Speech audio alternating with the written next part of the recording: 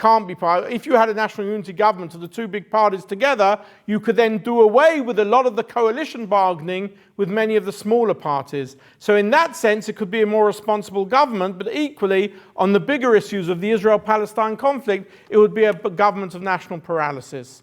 So yes, every time that something comes up, what happens is each side, particularly the government, has a coalition committee with representatives of each of the parties in the coalition. And whenever anyone wants to bring a major bill, they sit down and hammer it out amongst themselves to ensure that there will be support for it. But of course, there are many issues in the Knesset which do cross political party lines, just as you have here. There can be issues related to housing, to poverty, to education, to women's rights, which often people from the left and the right, from the Labour Party and the Likud get together, and in those cases, of course, they can pass without any problem whatsoever. Can I just ask if Israel is always vulnerable, but could Netanyahu have imagined a better regional backdrop for the campaign than having ISIS and problems in the Golan Heights, the problems in Yemen, Iran? It's almost as if the worse the better. That's an interesting one. First of all, he didn't create the situation. I may not be a great supporter of Netanyahu, but I don't credit him with creating the situation.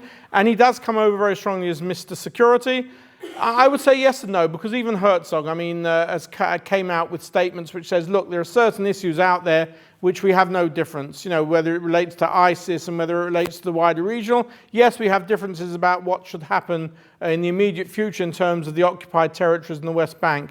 I think the difference more in that respect is Netanyahu, not that Herzog is not a seasoned politician, but Netanyahu has had even more experience in it, and Netanyahu is a much more forceful figure. He comes across much more forcefully than Herzog. Herzog is a much more polite, very sophisticated politician who certainly, in my view, has the capabilities of being a very good prime minister, but he didn't come over, in the sort of the media terms as the person who was really forceful on the issues. And because Netanyahu took the lead on the security matters, so then you always came to Herzog and said, well, what's your opinion on what Netanyahu said? And on some of the bigger security issues, their opinion is exactly the same. So he didn't really have a great deal more to contribute.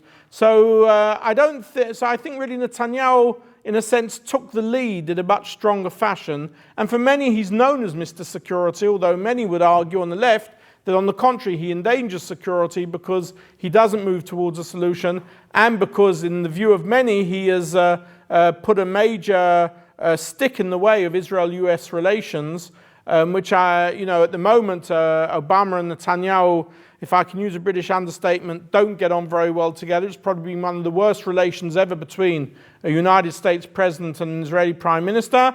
And if, I realize there's a big if and you're way away from elections, but if Hillary was to be elected as the next president and Netanyahu was prime minister of Israel, I'm not sure that the relations would better in any significant way. No more final questions, then let's thank Dr. Newman.